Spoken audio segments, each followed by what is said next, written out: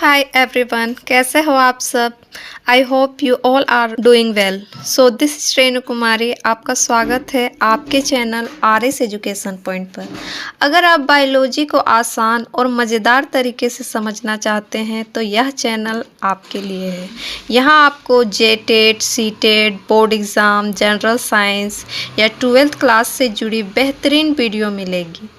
हम कॉन्सेप्ट को आसान भाषा और शॉर्ट ट्रिक से समझाते हैं जिससे आपका समझना आसान हो जाएगा। अगर आप बायोलॉजी में एक्सपर्ट बनना चाहते हैं तो अभी चैनल को सब्सक्राइब करें और बेल आइकन को प्रेस कर दें ताकि आपको हर नया वीडियो सबसे पहले मिले। तो प्लीज़ आप सबसे मेरी हम्बली रिक्वेस्ट है कि मेरे चैनल को सब्सक्राइब करें और मुझे मोटिवेशन दें जिससे कि मैं आपके सामने बढ़िया से बढ़िया कंटेंट ला सकूं। तो चलिए अब बिना देर किए हुए इस सेशन की शुरुआत करते हैं। तो आज का हमारा टॉपिक रहने वाला है फ्रेंड्स फैट यानी कि वसा।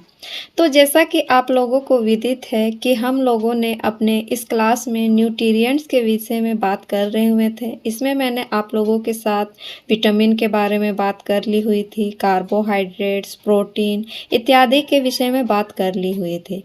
तो आज के इस सेशन में मैं आप लोगों को फैट यानी कि वसा के बारे में बात करूंगी। तो इस वीडियो में आगे बढ़ने से पहले मैं आप लोगों से एक बात कहना चाहती हूँ फ्रेंड्स कि इस वीडियो में आपको लास्ट में एक इन्फॉर्मेशन मिलने वाला है। तो आप इस वीडियो में लास्ट तक बने रहेंगे क्योंकि इसमें मैं कुछ अंतिम में आपसे डिस्कशन करूंगी, कुछ बातें आपके सामने समक्ष रखूंगी जिससे कि आप लोग कमेंट बॉक्स में बताएंगे कि क्या ये चीज़ें हमें लानी चाहिए या नहीं लानी चाहिए। तो इन सब के विषय में परिचर्चा करूंगी। तो वीडियो को पूरा देखें बिना स्किप किए और वीडियो में लास्ट तक बने रहेंगे फ्रेंड्स। तो बने रहिए इस वीडियो में लास्ट तक जिससे मैं आप लोगों के सामने फैट से रिलेटेड सारे कंटेंट क्लियर करा सकूं। तो चलिए फ्रेंड्स अब इस सेशन की शुरुआत करते हैं। तो जैसा कि हम लोगों ने बात किया कि आज हम वसा के बारे में पढ़ेंगे। तो वसा जो होता है फ्रेंड्स वो वसी अम्ल तथा ग्लिसरॉल से मिलकर यौगिक होते हैं, बने यौगिक होते हैं। वसा जो हमारा होता है वो वसी अम्ल तथा ग्लिसरॉल से मिलकर बने यौगिक होते हैं। Fat are compounds of fatty acid and glycerol. तो पिछले की कक्षाओं में हमने बात कर रही हुई थी फ्रेंड्स कि जिस तरह कार्बोहाइड्रेट्स को हमारा शरीर ग्लूकोज के रूप में ग्रहण करता है, प्रोटीन को हमारा शरीर एमिनो एसिड के रूप में ग्रहण करता है। तो ठीक उसी प्रकार वसा को भी हमारा शरीर वसी अम्ल तथा ग्लिसरॉल के रूप में उपयोग करता है यानी कि इसका प्रयोग करता है। तो आई होप इतनी बातें आप लोगों को क्लियर होगी फ्रेंड्स। तो अब हम बात करते हैं कि वसा के घटक कौन कौन से हैं, अर्थात वसा किन किन चीज़ों से मिलकर बना हुआ है। तो जिस तरह कार्बोहाइड्रेट कार्बन, हाइड्रोजन तथा ऑक्सीजन से मिलकर बना हुआ था उसी प्रकार वसा भी कार्बन, हाइड्रोजन तथा ऑक्सीजन से मिलकर बनते हैं। लेकिन कार्बोहाइड्रेट की तुलना में इसमें ऑक्सीजन की मात्रा कम होती है, ऑक्सीजन की मात्रा इसमें कम होती है। तो इस पॉइंट को याद रखेंगे। Fat is made up of carbon, hydrogen, oxygen, but as compared to carbohydrate, it has lesser amount of oxygen. अब है हमारा नेक्स्ट पॉइंट कि शरीर को सर्वाधिक ऊर्जा किससे प्राप्त होती है। तो हमने पिछले के क्लास में बात कर ली हुई थी फ्रेंड्स। अगर आपने मेरे पिछले वीडियो को अब तक नहीं देखा है तो प्लीज़ सबसे पहले जाकर मेरे पिछले वीडियो को चेक करें, क्योंकि अगर पिछले वीडियो को आपने नहीं पढ़ा है, भोजन एवं न्यूट्रिएंट्स के विषय में नहीं पढ़ा है, तो इस सब्जेक्ट को समझने में इस चैप्टर को समझने में आपको थोड़ी मुश्किल हो सकती है। तो आप सबसे पहले मेरे पिछले वीडियो को जाकर चेक करेंगे जिसमें मैंने मैक्रो एंड माइक्रो न्यूट्रिएंट्स के बारे में बात करी थी। तो उसके अंतर्गत हमने जाना था कि कार्बोहाइड्रेट से तो हमें इंस्टेंट मैक्सिमम एनर्जी मिलती है, बट सबसे अधिक ऊर्जा हमें वसा से यानी कि फैट से मिलती है। चूँकि फैट को डाइजेस्ट होने में टाइम लगता है फ्रेंड्स, इसीलिए ये ऊर्जा जो होती है हमारे शरीर में स्टोर रहती है, लेकिन सबसे ज़्यादा हमें वसा से ही ऊर्जा प्राप्त होती है as compare to carbohydrates. Carbohydrate को डाइजेस्ट होने में कम टाइम लगता है, इसीलिए वो हमें मैक्सिमम इंस्टेंट एनर्जी प्रोवाइड करती है। तो ये हमारा पॉइंट है कि शरीर को सर्वाधिक ऊर्जा वसा से प्राप्त होती है। Our body get maximum energy from fat. अब हमारा पॉइंट है कि संतुलित आहार में वसा की मात्रा कितनी होती है। तो संतुलित आहार के डेफिनेशन के बारे में मैंने पिछले क्लास में बात करी थी फ्रेंड्स कि संतुलित आहार वे आहार होते हैं जिसमें पोषक तत्वों की एक निश्चित मात्रा में अनुपस्थिति होती है। अर्थात हमने पिछले के क्लास में जाना कि हमारे भोजन में जो होता है वो कार्बोहाइड्रेट 60% होता है, प्रोटीन 15% होता है और रेस्ट 25% वसा की मात्रा होती है हमारे बैलेंस डाइट में। तो the amount of fat in balance diet is approx 25%। अब बात करते हैं कि वसा जल में घुलनशील होता है या अघुलनशील। तो याद रखेंगे फ्रेंड्स, याद रखेंगे मित्र कि वसा जल में अघुलनशील होता है, लेकिन कार्बनिक विलायकों में वसा जो होता है वो घुलनशील होता है। अब बात आती है कि कार्बनिक विलायक क्या होता है। तो कार्बनिक विलायक वे विलायक होते हैं जिसमें कार्बन और हाइड्रोजन साथ साथ में पाए जाते हैं। Fat is insoluble in water but soluble in organic solvent.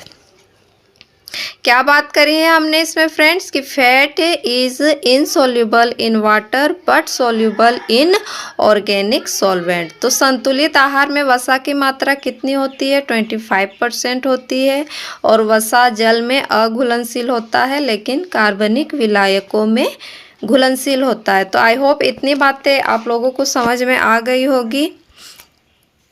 तो अब हम लोग बात करते हैं फ्रेंड्स वसा के प्रकार के बारे में कि वसा के कितने प्रकार होते हैं। वसा के प्रकार, टाइप्स ऑफ फैट। तो याद रखेंगे फ्रेंड्स वसा के 2 प्रकार होते हैं। पहला है हमारा एनिमल फैट जिसे जंतु वसा कहते हैं और दूसरा है हमारा वेजिटेबल फैट जिसे वनस्पति वसा कहते हैं। तो आइए अब हम इनके बारे में एक एक करके जान लेते हैं फ्रेंड्स। तो जंतु वसा वे वसा होते हैं जो हमें जंतुओं से प्राप्त होते हैं, ऑब्टेन्ड फ्रॉम एनिमल, जबकि वनस्पति वसा वे होते हैं जो हमें वनस्पतियों से प्राप्त होते हैं, ऑब्टेन्ड फ्रॉम प्लांट्स। तो इतनी बातें आप लोगों को समझ में आ गई होगी। अब हम इनके कुछ एग्जांपल्स को देख लेते हैं फ्रेंड्स। तो पनीर जो होता है वो किससे बनता है? दूध से। और दूध हमें किससे प्राप्त होता है? तो गाय से। तो गाय क्या है? एक एनिमल है। दूध अगेन हमें काऊ से प्राप्त होता है। मक्खन भी हमें दूध से प्राप्त होता है और दूध हमें अगेन एक गाय से प्राप्त होता है फ्रेंड्स। नेक्स्ट है मांस। तो मांस हमें किससे प्राप्त होता है? गोट से, मुर्गियों से हमें प्राप्त होता है, तो वो भी एक एनिमल्स के अंतर्गत आते हैं। नेक्स्ट है हमारा फिश भी हमारे एनिमल्स के अंतर्गत आते हैं, अंडा, एग इत्यादि। तो आई होप इतनी बातें आप लोगों ने समझ ली होगी कि जो हमें जंतु से प्राप्त होते हैं, ठीक है, डायरेक्टली या इनडायरेक्टली जो फैट हमें जंतु से प्राप्त होते हैं वो जंतु वसा होते हैं। अब हम नेक्स्ट बात करते हैं वनस्पति वसा के कुछ एग्जांपल्स के बारे में। तो नारियल से हमें नारियल तेल का प्रोडक्शन होता है। सोयाबीन से सोयाबीन ऑयल जिसे हम रिफाइंड ऑयल भी कहते हैं। मूंगफली, ग्राउंडनट, बादाम। यहाँ थोड़ा मिस टाइपिंग हुआ है फ्रेंड्स, तो इसको इग्नोर करेंगे क्योंकि बड़ी बड़ी क्लासेस में ऐसी छोटी छोटी गलतियाँ होती रहती है, तो इनको इग्नोर करेंगे। यहाँ पर आप इसको डी कर लेंगे। आलमंड, सूर्यमुखी जैसे सनफ्लावर इत्यादि के अंतर्गत हमें वनस्पति वसा प्राप्त होते हैं। तो आई होप इतनी बातें वसा के प्रकार के बारे में आपने समझ ली होंगी। तो अब देखिए, जब हम बात करें वसा के बारे में तो इसको हमने 2 भागों में बांटा फ्रेंड्स। इसको हमने 2 भागों में बांटा। एक था जंतु वसा और दूसरे को हमने वनस्पति कहा। तो जब यहाँ पर हम लोग animal fat and vegetable fat के विषय में बात कर रहे हैं तो कभी कभी आप सभी देखोगे कि इन वसाओं को आप लोग फ्रेंड्स संतृप्त वसा और असंतृप्त वसा के आधार पर भी बांटते हो। तो सबसे पहला पॉइंट हमने बात किया था कि वसा को हमारा शरीर किसके रूप में उपयोग करता है, तो वसा को हमारा शरीर वसीय अम्ल के रूप में उपयोग करता है। तो वसा को हम लोग वसीय अम्ल के रूप में बांटे फ्रेंड्स। तो वसीय अम्ल के हमारे दो प्रकार हो जाते हैं।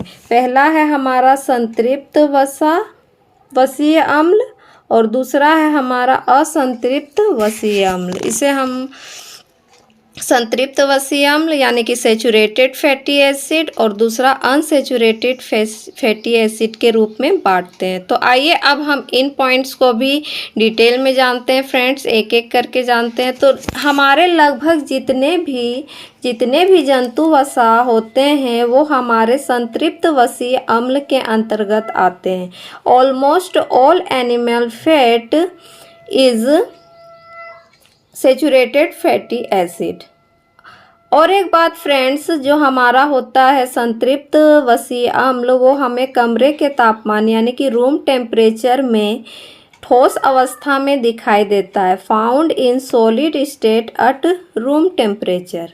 तो इतनी बातें आप लोगों को समझ में आ गई होगी। जैसे कि आप फॉर एग्जांपल देख सकते हैं फ्रेंड्स, घी, मक्खन इत्यादि हमारे रूम टेम्परेचर में सॉलिड अवस्था में होते हैं, लेकिन जब हम उनको गर्म करते हैं तब वो लिक्विड फॉर्म में आते हैं। तो बातें आप लोगों को समझ में आ गई होगी। अब हम बात करते हैं असंतृप्त वसीय अम्ल के बारे में।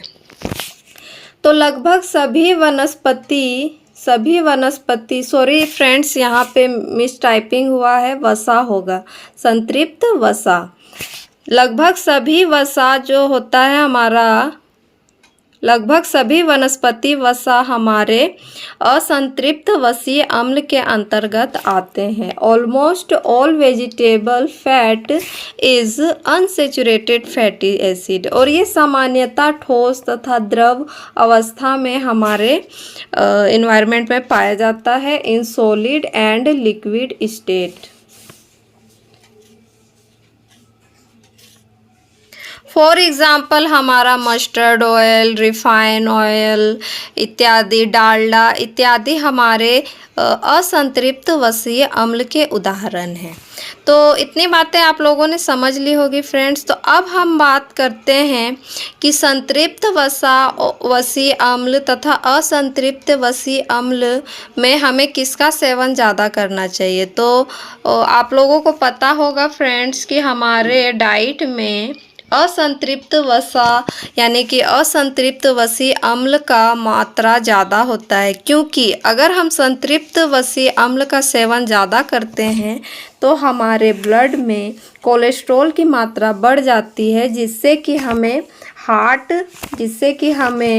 हार्ट डिजीज़ होने की संभावनाएं बढ़ जाती है। हार्ट डिजीज, इससे क्या होता है, अगर हम लोग सैचुरेटेड फैट का उपयोग अपने डाइट में ज़्यादा करते हैं तो कोलेस्ट्रॉल जो होता है वो हमारे ब्लड में बढ़ जाता है, जिससे कि ब्लड फ्लो में काफ़ी परेशानी होती है और हमें हार्ट डिजीज़ का सामना करना पड़ता है। तो आप इसे नोट के रूप में लिख लेंगे फ्रेंड्स कि हमारे भोजन में संतृप्त वसा अल्प मात्रा में, यहाँ अल्प के जगह यल्प लिखा हुआ है तो आप उसे अल्प कर लेंगे फ्रेंड्स, क्योंकि मिस्टेक तो हर किसी से होती है, तो टाइपिंग में थोड़ी बहुत मिस्टेक हो जाती है, तो उनको इग्नोर करते हुए चलेंगे। मैं जो बोलती हूँ उनको भी आप लोग नोट करते हुए चलेंगे। मैं अल्प मात्रा की बात कर रही हूँ कि हमारे भोजन में संतृप्त वसा अल्प मात्रा में होनी चाहिए। The amount of saturated fat should B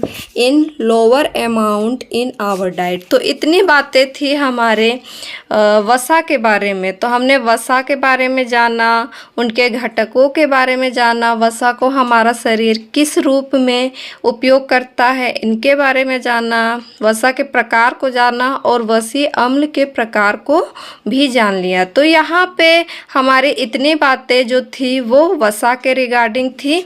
तो आई होप इतनी बातें आप लोगों ने समझ ली होंगी फ्रेंड्स। तो संतुलित आहार के बारे में थोड़ी बातें हम कर लेते हैं फ्रेंड्स। तो संतुलित आहार वे आहार होते हैं जिसमें पोषक तत्वों की मात्रा एक निश्चित अनुपात में विद्यमान होती है, यानी कि उपस्थित होती है। और उसमें हमारी वसा की मात्रा कितनी होती है? 25% होती है।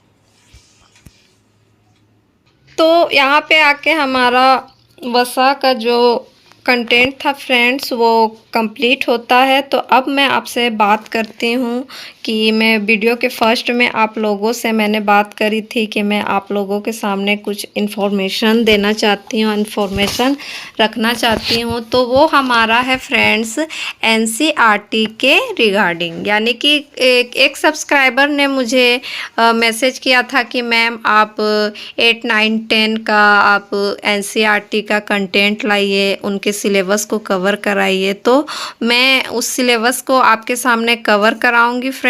तो उसके रिगार्डिंग एनसीईआरटी के जो हमारे क्लास 9, 10 के जो कंटेंट है चैप्टर वाइज वो बहुत जल्द आपके सामने आपको देखने को मिलेंगे फ्रेंड्स। तो हमारा जो ये है सीटेट, जेटेट, पीआरटी, टीजीटी के अंतर्गत जो बायोलॉजी का पोर्शन में कवर कराती हूँ तो उसको मैं साथ साथ लेते हुए चलूँगी। और आप लोगों के सामने एक अलग से वीडियो आएगी फ्रेंड्स, वो एनसीईआरटी बेस्ड होगी क्लास 9, 10 के अकॉर्डिंग। तो मैं उनको भी आपको कवर कराऊंगी। तो उनका एक अलग प्लेलिस्ट बनेगा फ्रेंड्स। और अपने चैनल पे मैंने सीआरटी, जेटेट, पीआरटी या टीजीटी की जो भी तैयारी कर रहे हुए हैं तो उनके लिए मैं ऑलरेडी अपना एक प्लेलिस्ट बना दी हुई हूँ। तो आप वहाँ से जाकर उस चीज़ों की तैयारी कर सकते हैं। और एनसीईआरटी पर बेस्ड जो हमारी क्लासेस होंगी वो हमारे अलग प्लेलिस्ट में आएंगी, तो आप उनको जाकर भी चेक कर लेंगे फ्रेंड्स। तो यही आज का हमारा इन्फॉर्मेशन था। तो आशा करूँगी कि आप लोग मेरे कंटेंट को, मेरे मेहनत को देख रहे होंगे, आपको ये वीडियो अच्छी लग रही होंगी। तो प्लीज़ फ्रेंड्स मेरी आप लोगों से हम्बली रिक्वेस्ट है कि मेरे चैनल को आपने अब तक सब्सक्राइब नहीं किया है तो मेरे चैनल को सब्सक्राइब करें। और मेरा आज का कंटेंट आपको थोड़ा भी अच्छा लगा हो तो मेरे चैनल को लाइक, शेयर एंड कमेंट ज़रूर करेंगे कि आप नेक्स्ट वीडियो में किस टॉपिक पर वीडियो चाहते हैं। तो मैं आपके कमेंट के अनुसार वो सारी चीज़ें आप लोगों को प्रोवाइड करना चाहूँगी। तो आप प्लीज़ मुझे सपोर्ट करें। और तब तक मैं आशा करती हूँ कि आप सभी अच्छे होंगे, स्वस्थ होंगे और बेहतर ढंग से अपनी तैयारी को जारी रखे होंगे, बेहतर ढंग से प्रिपरेशन कर रहे होंगे। तो मिलती हूँ मैं आप लोगों से नेक्स्ट वीडियो में नेक्स्ट कंटेंट के साथ, जो कि हमारा रह गया हुआ है एक पोषक तत्व जो खनिज है। तो उसके रिगार्डिंग में एक और लास्ट वीडियो आपके सामने लाऊंगी फ्रेंड्स। उसके बाद जो हमारा है न्यूट्रिएंट्स वो टॉपिक कंप्लीट हो जाएगा। फिर मैं उसके अकॉर्डिंग आपके सामने प्रीवियस ईयर क्वेश्चंस और उसी पे बेस्ड एमसीक्यू लाऊंगी, जिसका आप लोग प्रैक्टिस करेंगे और आपकी तैयारी बेहतर ढंग से हो सकेगी। तो आशा करती हूँ, उम्मीद करती हूँ कि आप लोग मुझे ढेर सारा प्यार देंगे, लाइक करेंगे। तो तब तक मैं आपसे मिलती हूँ नेक्स्ट वीडियो में नेक्स्ट कंटेंट के साथ। तब तक के लिए bye bye and take care.